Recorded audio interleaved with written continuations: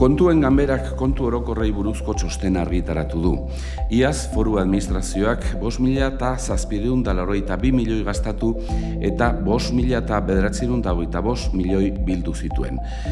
2020koekin alderatuz gastuak 3% igo ziren, diru sarrerak berdintsuak izan ziren. Transferentzia arruntetan 2.300 milioi gastatu ziren, langilerian 1.700 milioi eta ondasun eta zerbitzuetan 900 milioi. Osasun departamentuak du gastu handiena 1.400 milioi.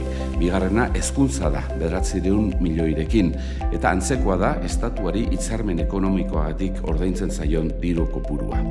Diru sarreretan zuzeneko zergak dira nagusiak 2.700 milioirekin. Zeharkako zergen bidez 2.400 milioi bildu ziren. Txostenak datu ekonomikoen bilakaera ona azpimarratzen du. Aurreko urtearekin alderatuz, aurrekontu saldo ez finantzarioa 304 milioitik 329ra igaro da. Aurrezki garbia ere handitu da, 420 milioiraino helduz, eta zorra 6% jaitsi da. Foru administrazioaren kontuak azterturik, txostenak aldeko iritzia eman du, bai finanziarioa, bai legeztasunaz. Badira hala ere, salbuespen batzuk, kontabilitate kudeaketaz, kontratazioaz eta enpresa publikoen sorreraz.